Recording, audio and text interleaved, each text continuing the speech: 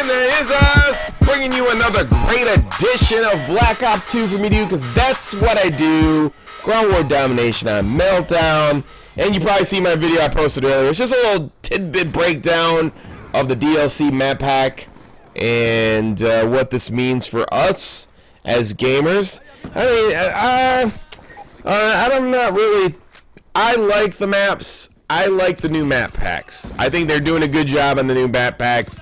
As far as like service is concerned and online connection, I don't want to beat a dead horse anymore. We already know what the situation is on that. You know, you think we would get a little bit more care. And anyways, I was going on Twitter. I was on Twitter. If you're not following me on Twitter, /Fist. And I saw some pretty nasty stuff. And I'm going to leave a link. Don't forget to check out F2ST in the upper right hand corner today. I go raw on that too. But on Twitter, a lot of stuff happened. I mean, there's a lot of stuff happening. This is the end of your spring break vacation, your Easter vacation, whichever one that fits you. And I am using the Evo with the silencer. You know, sometimes I don't. I mean, I like to use a different weapon just to get my game on, and you know, just different SMGs. I know I didn't do too many videos of this.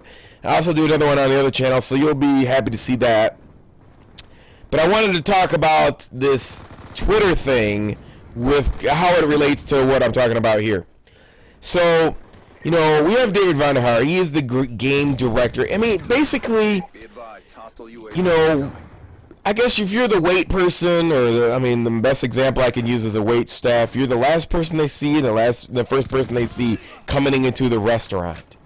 When you come into a restaurant and the wait person sits you down, or the hostess, whoever, that is the first impression you get when you go and spend your money. You understand? When you play this game, you're a customer. You are a customer of the game. That's who you are. I mean, I don't want people to get upset and understand this. You know, you have to understand, you young guys out there too, you young cats. Man, you go out there and work for your own money, and your money, and however you earn your money, you take pride in your money. You take pride in your money is because you earned it. Your mom, your dad, nobody ever gives it to you. You earned it all on your own now. So when you take pride in your money, then you respect your money.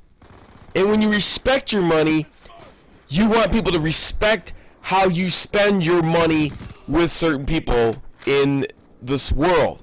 And a lot of people that watch these videos, and I'm not putting you down, it's just that you haven't experienced it yet. It's not the wisdom, it hasn't get there. So I'm trying to explain it to you so you visualize this. So when people don't respect your money, that means they don't respect you or how you earned it, and they feel like they're entitled to your money, like you owe it to them.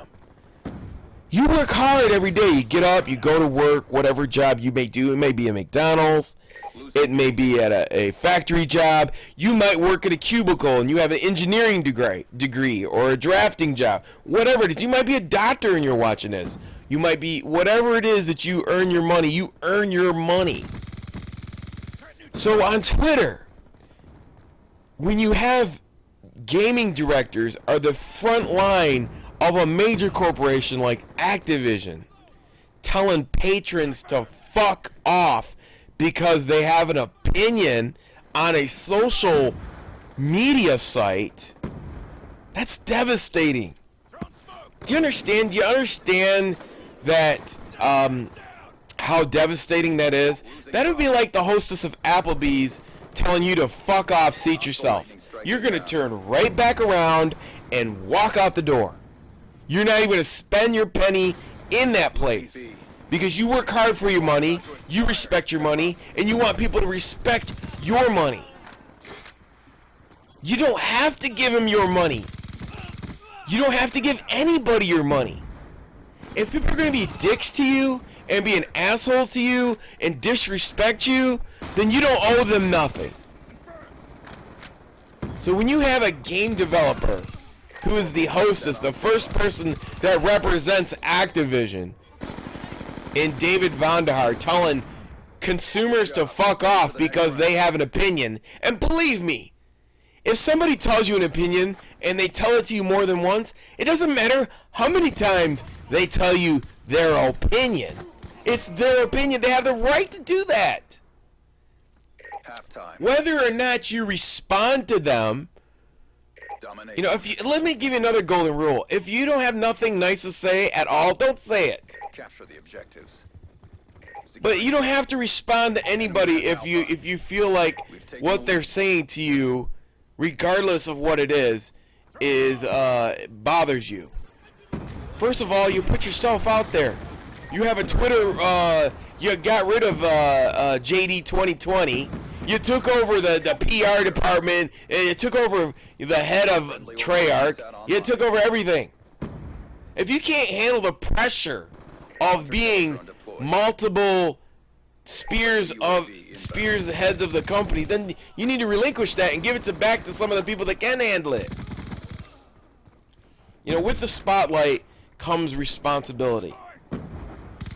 You know, when your person asks you a simple question like, hey, these games look like they're copy and paste, doesn't look like you're putting too much time into your work.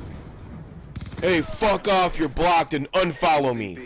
Man, what kind of response is that from a educated game developer to a consumer?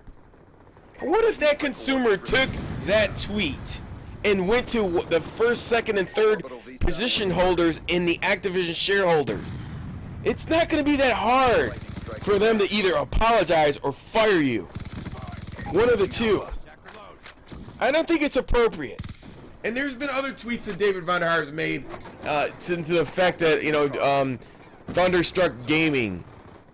Two people, Thunder talked about how two people died in one of his fire incidents, and David Vonderhaar made a smart-ass comment, well, maybe you should have gotten to the fire hose and screwed it on faster. Then they wouldn't have died. I mean, what kind of person in that position makes those kind of comments? Just in general of his character, the comments that he's constantly making on Twitter, and then he deletes his comments. But, you know, the one I'm talking about the most is, you know, telling a patron to fuck off. Look, we are the ones that are paying the bills around here. I don't think Activision would be too happy about that. But anyways, go to my other video. I think I get a little bit more colorful on it in this link description below, or in the upper right-hand corner. You know, I think he's a good person. I think David Vonderhaar, deep down inside, is a good person. I think he's just taking on too many positions, and stress is getting to him. Bottom line is, you need to let that shit go, because all you're doing is hurting your image. If you ever decide to leave Treyarch, believe me, an Activision Call of Duty series, nobody is going to help your game. Anyways, that's your boy Fizz. I hope you enjoyed this commentary. Until next time, peace. I'm out. Evo in the house. Oh, I want to tell you about the Evo here. Little Evo's pretty dope. Silencer, 51 and 5. Beastin' as usual. I will be posting gameplays of the new DLC map packs come out April 16th and Injustice gameplay. So thanks for coming by. Peace. I'm out. On mobility for the Type 25. I don't think I can make it that title, but that's basically what it is. Where does the buff mobility work for you in the Type 25?